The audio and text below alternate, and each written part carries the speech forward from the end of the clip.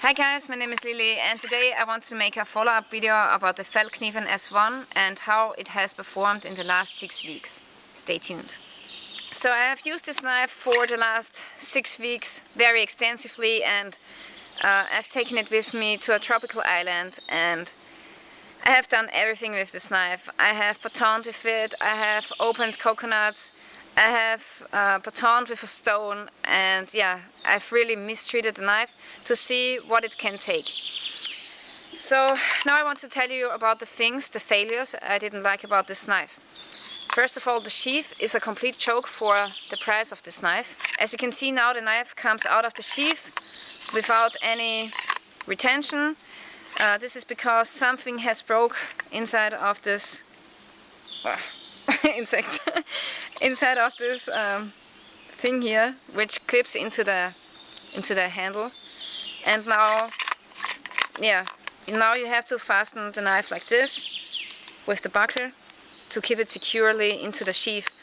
And it has taken some time until I realized that my sheath is broken, and I almost lost the knife on the beach. And when I realized that my knife is not in my sheath anymore, I said to my cameraman, "Oh my god, watch out, I've lost my knife." And then we searched for the knife in the sand, and we barely could find it because a little bit was sticking out of the sand. But imagine if I had lost it for good, you know, then maybe someone else would have stepped on the knife. Or yeah, losing your knife in a survival situation is the worst thing that can happen, because even a crappy knife is better than no knife.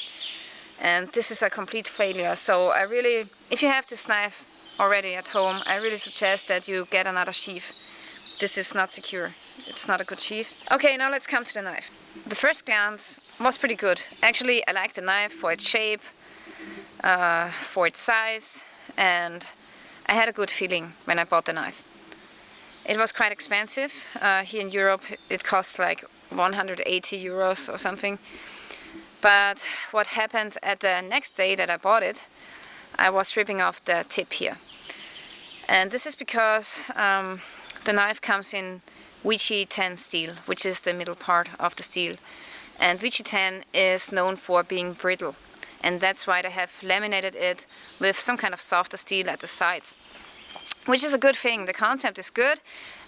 It certainly won't break in the middle or here.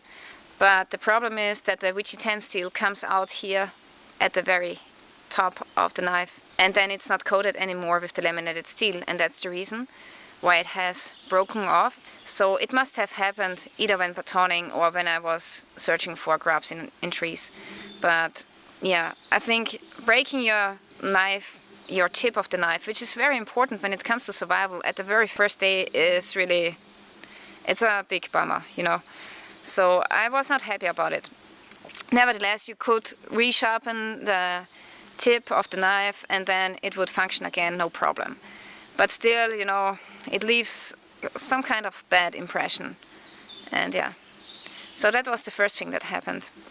The next thing that happened was I was mistreating the handle for a bow drill socket. And then, yeah, as you can see, I damaged the handle here. But that's not the fault of the production company.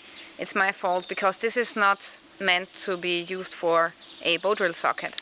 When I was staying at the tropical island, I was using the end pommel here to knock off some limpets from the rocks, and yeah, I did that like 50 times, and as you can see, I have destroyed the handle here a little bit, so the rubber is coming apart. After 1 month, that's not a good time. I don't want to see how the knife looks after 5 years doing this, you know.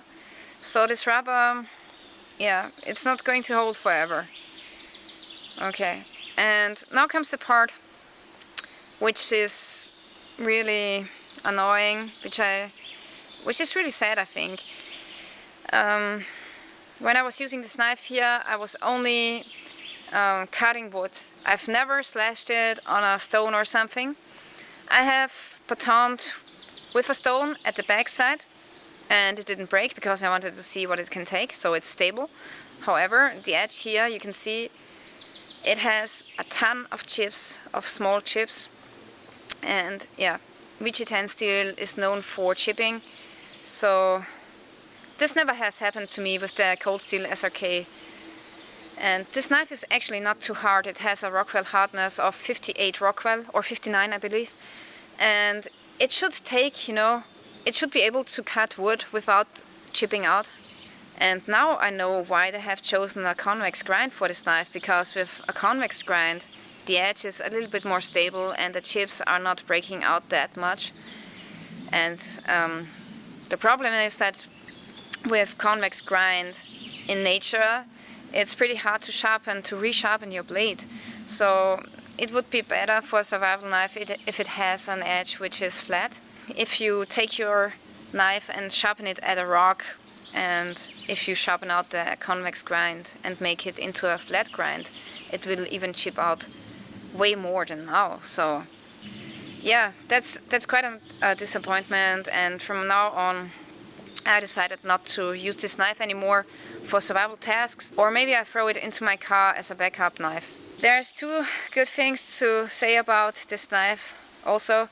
The first thing is that I have used this knife in salty conditions, in salt water, all of the time. It was getting mad every day. I didn't dry it off once because I wanted to see if it's rust proof or not, and yeah, I even let it wet in the sheath overnight to see what happens to the steel, and actually it held up pretty good. It only developed a few rusty spots, but this is very good stainless steel. The next positive thing about the knife is the edge retention. I have never sharpened this knife once, and it stayed sharp for quite a long time because of the convex grind and because of the quite hard steel of the WG10 steel, which is a good property, okay? However, when it comes to cutting edge capabilities or durability of the knife, I rather choose the durability because it's more important that the steel is a little bit more soft and forgiving, so that it doesn't break in a survival situation. And having an extra sharp blade which is too hard and too brittle and will break on you is actually a bad trade-off. So I would rather choose a steel which doesn't hold the edge for such a long time, which I can easily resharpen with a sharpening stone with a flat grind, and which is a little bit forgiving. That's my personal opinion on steels. When it comes to fire steels, they usually come with a striker, which work very efficiently. However, when I wanted to strike the fire steel with my knife, it didn't work most of the time. You need a lot of pressure and then it works, but the problem is if you have a fine tinder bundle, you would destroy the tinder bundle when doing this because you would smash it with your knife.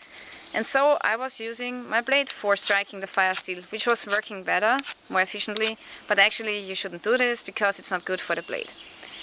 Yeah, and if they have made the back of the knife a little bit more sharper, then it would be no problem to strike the fire steel, but they haven't, so I'm going to use the blade.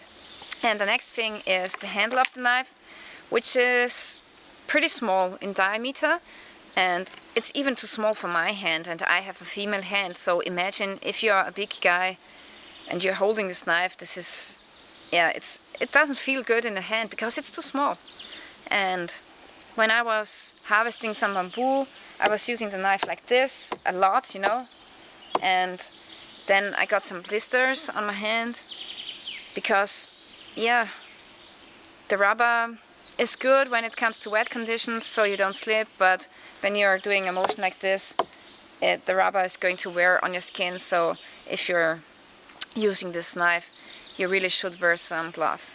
For this price, I have to say I'm very disappointed, but actually I like testing out knives like this, and I decided to make a series out of survival knives that I'm going to test, and then I'm going to review it and tell you if it's worth a buy or not. And with the Fällkniven S1, I really have to say I wouldn't buy it again.